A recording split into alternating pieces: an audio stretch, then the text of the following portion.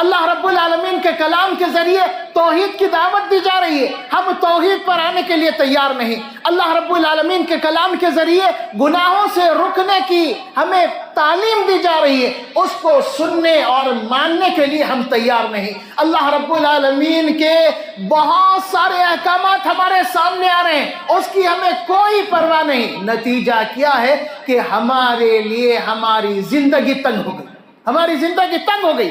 کئی طرح سے کوئی انسان اپنے آپ میں خود میں مکمل طور پر مطمئن پرسکون نہیں، کوئی بھی پرسکون نہیں۔ کئی طرح کے فتنوں میں اور کئی طرح کے مسائل میں وہ گھرا ہوا ہے۔ ایک بڑی وجہ اللہ کے ذکر سے اعراض۔ تو اللہ رب العالمین دنیاوی سزا ذکر کیا۔ ان الحمد للہ نحمده ونستعینه ونستغفره ونعوذ باللہ من شرور انفسنا ومن سیئات اعمالنا من يهده الله فلا مضل له ومن يضلله فلا هادي له واشهد ان لا اله الا الله وحده لا شريك له واشهد ان محمدا عبده ورسوله اما بعد فان خير الحديث كتاب الله وخير الهدي هدي محمد صلى الله عليه وسلم شر الأمور محدثاتها وكل محدثة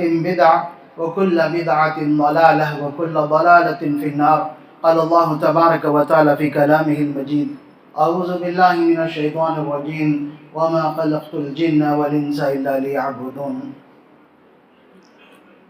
اللہ سبحانہ و تعالیٰ کے لیے ہر طرح کی تعریف بڑائی لائق و زیبا ہے۔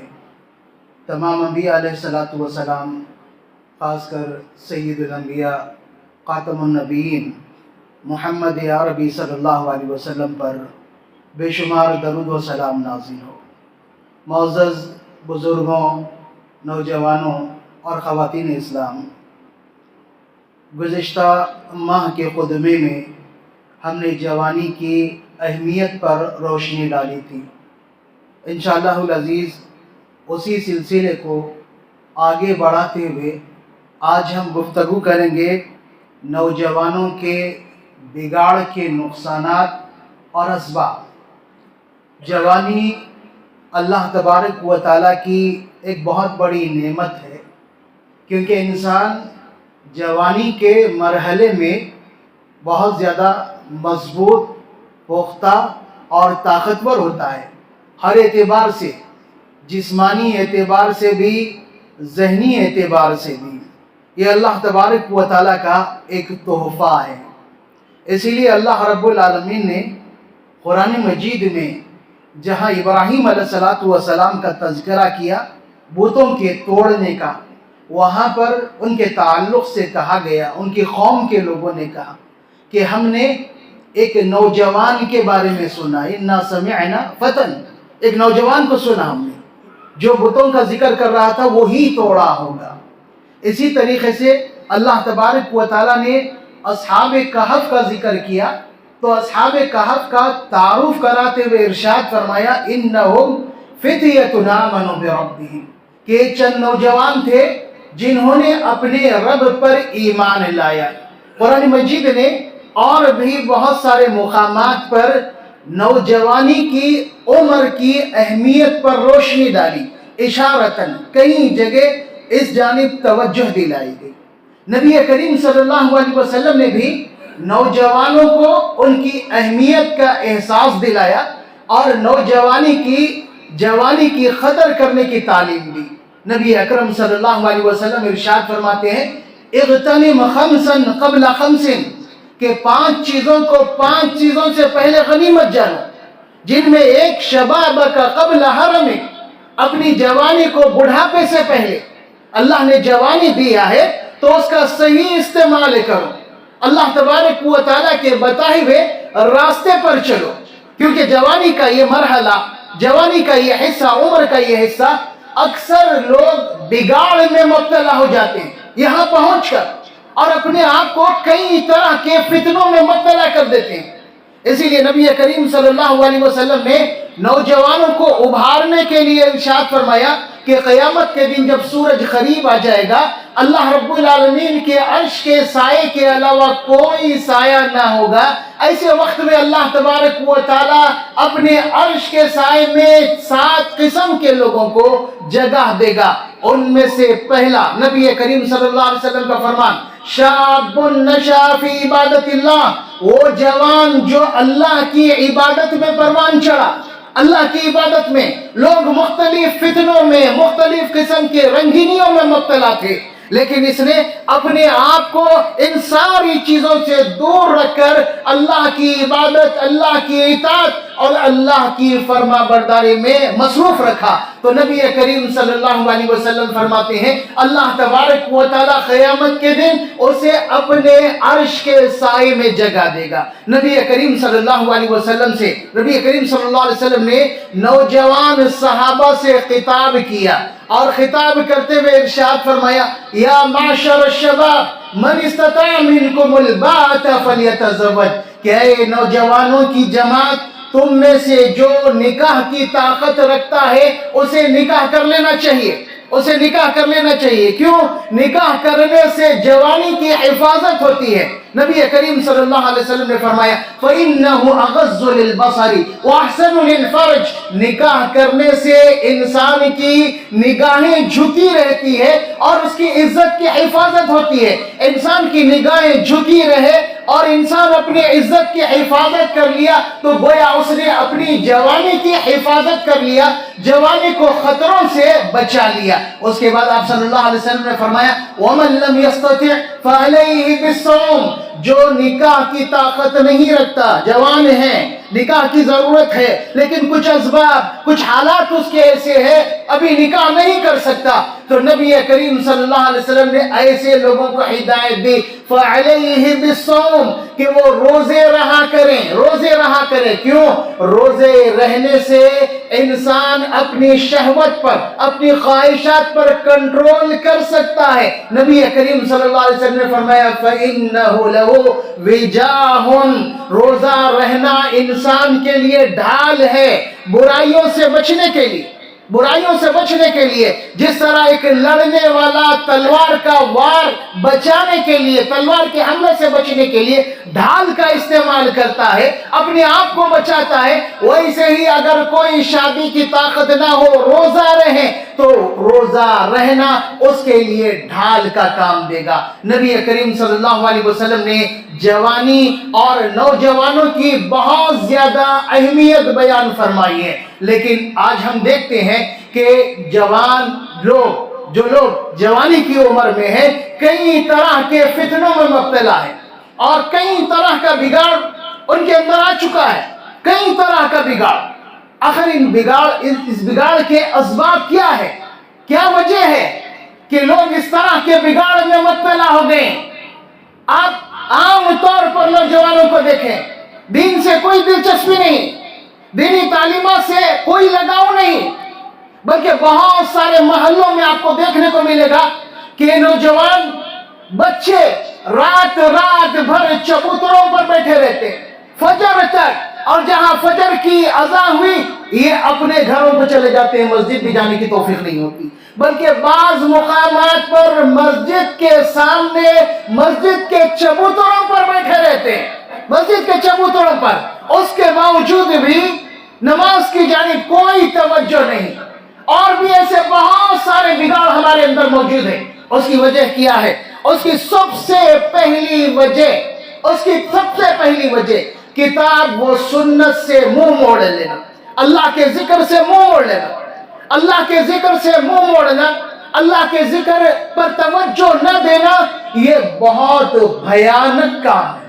اللہ رب العالمین قرآن مجید میں ارشاد فرماتا ہے وَمَنْ أَعْرَضَ عَنْ ذِكْرِي فَإِنَّ لَهُ مَعِيشَةً ضَنْكًا وَنَحْشُرُهُ يَوْمَ الْقِيَامَةِ أَعْمَى، کہ جو میرے ذکر سے اعراض کرے گا، اعراض کرنا منہ موڑنا، اللہ کا ذکر اس کے سامنے کیا جا رہا ہے وہ منہ پھیر کر چلا گیا، اللہ کا ذکر اس کے سامنے کیا جا رہا ہے، اس پر کوئی توجہ نہیں دے رہا ہے۔ اللہ کا ذکر اس کے سامنے کیا جا رہا ہے، وہ ایسا برتاؤ کر رہا ہے جیسے اس پر توجہ دینے کی ضرورت ہی نہیں۔ اسے کہتے ہیں اعراض کرنا۔ اللہ رب العالمین فرماتا ہے وَمَنْ عَارَضَ عَنْ ذِكْرِي، جو میرے ذکر سے اعراض کرے گا، اور ذکر میں ساری چیزیں ہیں، اللہ تبارک و تعالیٰ کا کلام بھی موجود ہے، اذان بھی موجود ہے، ساری چیزیں ذکر میں۔ وَمَنْ عَارَضَ عَنْ ذِكْرِي، جو میرے ذکر سے اعراض کرے گا، اللہ رب العالمین فرماتا ہے فَإِنَّ لَهُ مَعِيشَةً ضَنْكَ، اس کی دنیاوی زندگی تنگ ہو جائے گی، دنیاوی زندگی تنگ ہو جائے گی۔ آج ہماری مصیبت اور پریشانیوں کی ایک بڑی وجہ ہے کہ ہم اللہ کے ذکر سے اعراض کرنے والے ہیں۔ اللہ رب العالمین کا کلام ہمارے سامنے پیش کیا جا رہا، اللہ رب العالمین کے کلام کے ذریعے ہمیں نصیحت کی جا رہی، اور ہم اپنی اصلاح کرنے کے لیے تیار نہیں۔ اللہ رب العالمین کے کلام کے ذریعے توحید کی دعوت دی جا رہی ہے، ہم توحید پر آنے کے لیے تیار نہیں۔ اللہ رب العالمین کے کلام کے ذریعے گناہوں سے رکنے کی ہمیں تعلیم دی جا رہی ہے، اس کو سننے اور ماننے کے لیے ہم تیار نہیں۔ اللہ رب العالمین کے بہت سارے احکامات ہمارے سامنے آ رہے ہیں، اس کی ہمیں کوئی پرواہ نہیں۔ نتیجہ کیا ہے کہ ہمارے لیے ہماری زندگی تنگ ہو گئی، ہماری زندگی تنگ ہو گئی۔ کئی طرح سے کوئی انسان اپنے آپ میں خود میں مکمل طور پر مطمئن پرسکون نہیں، کوئی بھی پرسکون نہیں۔ کئی طرح کے فتنوں میں اور کئی طرح کے مسائل میں وہ گھرا ہوا ہے۔ ایک بڑی وجہ اللہ کے ذکر سے اعراض۔ تو اللہ رب العالمین دنیا بھی سزا ذکر کیا، اس کے بعد ارشاد فرماتا ہے وَنَحْشُرُهُ يَوْمَ الْقِيَامَةِ يَوْمًا، قیامت کا دن ہوگا، لوگوں کا حشر کیا جائے گا، لوگوں کو جمع کیا جائے گا۔ تو ایسے لوگ جنہوں نے اللہ کے ذکر سے اعراض کیا، اللہ رب العالمین فرماتا ہے ہم ان کی بینائی چھین لیں گے اور اندھا بنا کر ان کا حشر کریں گے، اندھا بنا کر حشر کریں گے۔ وہ کہیں گے قال رب لم حشرتنی اعمی وقد كنت بصیرا، ایسا شخص کہے گا کہ اللہ میں تو دنیا میں دیکھنے والا تھا، آج اندھا بنا کر میرا حشر کیوں کیا؟ اللہ رب العالمین جواب میں ارشاد فرمایا کذالک اتتک آیاتنا نسیتها کذالک اليوم تنسا، اسی طرح بدلا دیا جا رہا ہے تجھے۔ تو دنیا میں جب تھا تیرے پاس ہماری آیتیں نہیں تھی، ہماری آیتوں کو دیکھنے کے باوجود بھی اس پہ توجہ نہیں دی، ہماری آیتوں سے اعراض کیا، اسے یاد رکھنے کے قابل نہیں سمجھا۔ کذالک اليوم تنسا، آج تجھے بھی بھلا دیا جائے گا، تجھے بھی یاد رکھنے کے قابل نہیں سمجھا گیا ہے، اس لیے تجھے تیری بینائی چھین کر حشر کیا گیا، اندھا بنا کر حشر کیا گیا۔ ایک سب سے بڑی وجہ نوجوان، خاص کر پورے مسلمان، خاص کر نوجوانوں کے بگاڑ کی کہ اللہ رب العالمین کے ذکر سے اعراض، اللہ رب العالمین کے ذکر سے منہ موڑنا۔ دوسرا، شیطان کے تعلق سے اپنے آپ کو سنجیدہ نہیں رکھنا۔ ہم شیطان کا ذکر سنتے ہیں اور شیطان کے بارے میں ہم بہت ساری باتیں جانتے ہیں، لیکن اس سے بچنے کی فکر ہمیں نہیں ہے، جبکہ اللہ تبارک و تعالیٰ سے اس نے وعدہ کیا لَآتِيَنَّهُم مِّن بَيْنِ أَيْدِيهِمْ وَمِنْ خَلْفِهِمْ۔ اللہ رب العالمین جب اسے اپنے پاس سے دنیا میں بھیجا تو اللہ سے وعدہ کیا کہ میں ان کے سامنے سے آؤں گا، ان کے پیچھے سے آؤں گا، ان کے دائیں سے بائیں سے ہر طرف سے آؤں گا، انہیں وسوسوں میں مبتلا کروں گا، آرزوؤں اور ارمانوں میں مبتلا کروں گا، اور کئی طرح سے میں انہیں گمراہ کر رہوں گا۔ اور قرآن مجید میں اللہ تبارک و تعالیٰ نے واضح طور پر ارشاد فرمایا ان الشیطان لکم عدو مبین، کہ شیطان تمہارا کھلا دشمن ہے، بلکہ اللہ رب العالمین نے یہ بھی فرمایا فاتخذوہ عدوا، کہ تم بھی شیطان کو اپنا دشمن بنا لو۔ لیکن ہم شیطان کے دشمن کے بجائے شیطان کے پکے اور گہرے دوست بنتے جا رہے ہیں۔ نوجوانوں کی اور جوانوں کی حالت کو دیکھیں تو معلوم ہوگا کہ یہ اخوان الشیاطین، شیطان کے بھائی ہیں۔ ان کی حرکتیں، ان کے چال چلن، ان کی انداز اور ان کی سوچ پوری شیطانی ہوتے جا رہی ہے۔ وجہ کیا؟ اللہ کے ذکر سے جب اعراض کیا، اللہ کے ذکر سے منہ موڑ لیا، تو آسانی سے شیطان کا شکار بن گیا،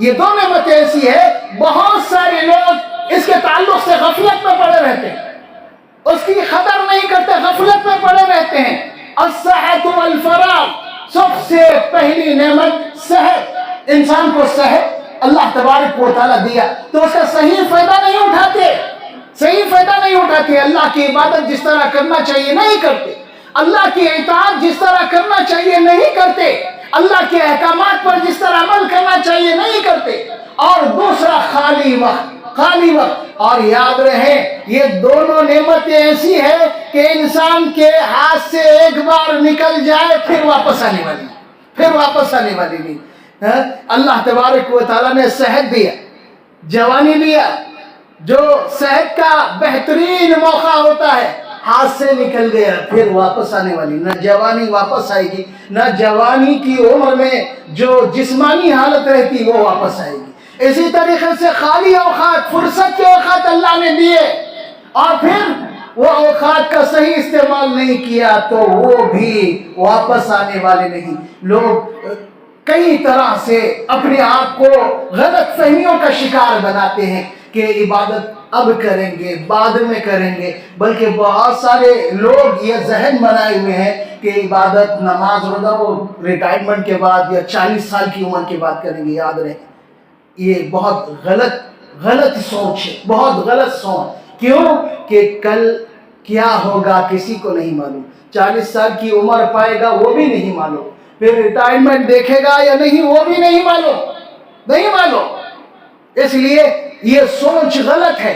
اللہ نے وقت دیا ہے تو اس کی قدر کرنا چاہیے، اس کی قدر کرنا چاہیے، اس کا صحیح استعمال کرنا چاہیے۔ تو ایک بڑی ہی وجہ کہ ہم خالی اوقات کا غلط استعمال کر رہے ہیں، جیسے کہ ہم نے ایک مثال دی، رات بھر جوان بچے بستیوں میں چبوتروں پر بیٹھ رہے ہیں، چبوتروں پر بیٹھنے کی وجہ سے اتنے مسائل پیدا ہو رہے ہیں کہ پولیس والوں کو خود اس کے خلاف کارروائی کرنا پڑ رہی ہے، بلکہ ایک مخصوص ٹیم انہوں نے چبوتروں کے خلاف مہم چلانے کے لیے بنائی، اور یہ اکثر کہاں پر؟ مسلم بستیوں میں۔ پھر اس کے بعد ایک اور وجہ نوجوانوں کے بگاڑ کی جو موجودہ دور سے تعلق رکھتی ہے وہ ہے سوشل میڈیا کا غلط استعمال، یہ بگاڑ کی ایک بڑی ہی وجہ ہے۔ آج اگر آپ نوجوانوں کو دیکھیں گے تو اکثر کے سر پر ایک دھن سوار ہے کہ اپنا ویڈیو بنا کر اپلوڈ کرو، اپنی کوئی ریل فیس بک پر ڈالو اور وہ ریل مشہور ہو جائے، زیادہ سے زیادہ لوگ اسے دیکھیں، مجھے زیادہ سے زیادہ لوگ فالو کریں۔ یہ ہر نوجوان کی ایک خواہش بنتی جا رہی ہے، جبکہ یاد رہے یہ دینی اعتبار سے کئی طرح کے نقصانات کا سبب بنے گا، دینی اعتبار سے کئی طرح کا نقصانات کا سبب بنے گا۔ کیوں؟ اس لیے کہ آپ اپنے اوقات کو ایک غلط کام میں استعمال کر رہے ہیں، غلط کام میں۔ جہاں مرد یہ شوق رکھتے ہیں وہیں لڑکوں کے ساتھ لڑکیاں اور بوڑھی عورتوں کے اندر بھی یہ شوق موجود ہے کہ ویڈیو بنائے اور سوشل میڈیا پر ڈالے، فیس بک پر ڈالے، لوگ ہمیں دیکھیں۔ یہ بہت بری عادت ہے، بہت بری، بہت نقصان دہ۔ یاد رہے اللہ تبارک و تعالیٰ نے خاص طور سے ہمارے جسم میں جو نعمتیں دی ہے وہ ہے آنکھ، کان اور دل، اور اللہ رب العالمین فرماتا ہے ان السمع والبصر والفؤاد کل اولئک کان عنہ مسئولا۔ یاد رکھو دل، آنکھ، کان، اس کے تعلق سے اللہ تبارک و تعالیٰ قیامت کے دن خاص طور سے سوال کرے گا، اللہ عمر کے تعلق سے بھی سوال کرے گا، اور پھر عمر میں سے جوانی کے تعلق سے خاص طور سے سوال کرے گا، اور پھر اللہ تبارک و تعالی ہر انسان سے اس کے دل، اس کے آنکھ اور کان کے تعلق سے بھی سوال کرے گا کہ اس کا استعمال کیسے کیا، صحیح ڈھنگ سے کیا یا نہیں۔ اسلام پاکیزہ تعلیمات دیتا ہے، پاکیزہ تعلیمات، اتنی پاکیزہ تعلیمات اسلام کی کہ اللہ رب العالمین ارشاد فرماتا ہے قل للمؤمنین یغضوا من ابصارہم ویحفظوا فروجہم، کہ مومن مردوں سے کہہ دو کہ اپنے نگاہوں کو نیچی رکھیں اور اپنے عزت کی حفاظت کریں۔ ویسے ہی اللہ تبارک و تعالیٰ نے فرمایا مومن عورتوں سے کہہ دو کہ وہ بھی اپنے نگاہ کو نیچی رکھیں، اپنے عزت کی حفاظت کریں، لیکن کوئی ریل بناتا ہے اور اس میں بے حیائی کا مظاہرہ، کئی طرح سے بے حیائی کا مظاہرہ، بے پردگی، بے دینی، بلکہ دین اسلام کا مذاق بھی اڑایا جاتا ہے، دین اسلام کی تعلیمات کا مذاق اڑایا جاتا ہے۔ کیوں؟ اس لیے کہ ہماری تربیت صحیح نہیں ہے، ہماری تربیت صحیح نہیں ہے۔ اللہ کی کتاب سے ہمیں کوئی دلچسپی نہیں، اللہ کے ذکر سے ہمیں کوئی دلچسپی نہیں، اور پھر اللہ نے جو نعمتیں دی اس کی شکر گزاری کی بھی ہمیں کوئی فکر نہیں، جس کا نتیجہ یہ کہ دن بہ دن بگاڑ بڑھتا جا رہا ہے اور بگاڑ پھیلتا جا رہا ہے، کئی طرح سے پھیل رہا ہے۔ ایک بگاڑ کی اور وجہ وہ ہے نشاور چیزوں کا استعمال کرنا، نشہ والی چیزوں کا، اور نشہ والی چیزیں جہاں تک ہے اس میں دو قسم کے لوگ ہیں۔ ایک وہ ہے جو نشاور چیزیں بیچتے ہیں، چاہے شراب ہو، ڈرگس ہو، یا پھر گٹکا یا سگریٹ، یہ چیزیں بیچنے والے ہیں۔ یاد رہے ان کا بیچنا درست نہیں ہے، درست نہیں ہے، اور دوسرے اس کا استعمال کرنے والے، ان چیزوں کا استعمال کرنے والے۔ اور یاد رہے اللہ تبارک و تعالیٰ نے طیبات، پاکیزہ چیزوں کو حلال کیا ہے، پاکیزہ چیزوں کو حلال کیا ہے، اور یہ چیزیں پاکیزہ نہیں ہیں، پاکیزہ نہیں ہیں، اس لیے اس سے بچنا چاہیے۔ اور نبی کریم صلی اللہ علیہ وسلم نے نشہ کے تعلق سے بہت ہی سنگین وعید سنائی، بہت سنگین وعید۔ نبی کریم صلی اللہ علیہ وسلم نے خاص کر شراب کا تذکرہ کیا اور ارشاد فرمایا جو دنیا میں شراب پیے گا اللہ تبارک و تعالیٰ اسے طینۃ الخبال پلائے گا جہنم میں۔ صحابہ نے کہا کہ اللہ کے رسول یہ طینۃ الخبال کیا ہے؟ تو نبی کریم صلی اللہ علیہ وسلم نے ارشاد فرمایا جہنمیوں کے جسم سے نکلنے والے مواد پیپ اور خون کی شکل، یہ اللہ تبارک و تعالیٰ بطور سزا انہیں وہاں پلائے گا۔ آج معاشرے میں دیکھتے جائے منہ کا کینسر عام ہوتا جا رہا ہے، گٹکے کی وجہ سے منہ کا کینسر، اور بہت سارے نوجوان اس کینسر میں مبتلا ہو کر اپنی جان گنوا رہے ہیں، اور اس کے باوجود بھی ہم اس پر توجہ دینے کے لیے تیار نہیں۔ اور گٹکا بنانے والی کمپنیاں خود اس پہ بھیانک فوٹو دے رہی ہے، کینسر سے متاثرہ بھیانک فوٹو، کیوں؟ اس سے بچ جائے، لوگ اس سے احتیاط کریں، لیکن نہیں، ہمیں اس کی کوئی پرواہ نہیں۔ ہم شیطان کی ماننے والے، شیطان کو اپنا دوست بنا لی، شیطان کو اپنا دوست بنا لی۔ اور پھر اس کے بعد ایک اور وجہ برے دوستوں کی وجہ سے بگاڑ پیدا ہوتا برے دوستوں کی وجہ سے۔ ہر کوئی چاہتا کہ اس کے دوست زیادہ ہوں، دوستی کیجیے، دوستی برقرار رکھیے، لیکن کن سے دوستی کر رہے ہیں اسے دیکھ لیں، کیونکہ نبی کریم صلی اللہ علیہ وسلم کا فرمان ہے المرء علی دین خلیلہ، کہ انسان اپنے دوست کے دین پر ہوتا ہے، دوست کے دین پر۔ دونوں اکٹھا ہوئے، ایک کی فکر غلط تھی اور آہستہ آہستہ اس کی صحبت کی وجہ سے اس کی فکر بھی غلط ہو گئی، اس کی فکر بھی غلط ہو گئی، اور نتیجہ کیا ہوا؟ دونوں بھی غلط فکر کے شکار۔ کیوں؟ صحبت کی وجہ سے۔ اسی لیے نبی کریم صلی اللہ علیہ وسلم نے اچھے اور برے دوست کی مثال دی، اچھے اور برے دوست کی۔ اچھے دوست کے تعلق سے آپ نے فرمایا وہ عطر بیچنے والے کی طرح ہے، اچھا دوست عطر بیچنے والے کی طرح ہے۔ عطر بیچنے والا اگر آپ کا دوست ہو، یا تو آپ کو وہ تحفے میں عطر دے گا، خوشبو دے گا، یا پھر آپ اس سے خوشبو پیسے دے کر خریدیں گے، یا نہیں تو اس کی صحبت میں رہنے کی وجہ سے آپ خوشبو محسوس کرتے رہیں۔ یہ اچھے دوست کی مثال۔ اور برے دوست کی مثال آپ نے فرمایا لوہار کی ہے۔ آپ اس کے ساتھ بیٹھو گے تو اس کے بھٹی سے نکلنے والے چنگاریاں آپ کے کپڑے جلا دیں گے، وہ چنگاریاں آپ کے کپڑے جلا دیں گے، اس کے عادات و اطوار سے آپ کی ساری شخصیت مجروح ہو جائے گی، اور نتیجہ بہت سارے مسائل آپ کے سامنے آ جائیں گے۔ چلیے اگر یہ نہیں ہوا تو اس کے پاس آپ کو خوشبو تو نہیں مل سکتی، لوہار کے پاس آپ کو خوشبو تو نہیں مل سکتی،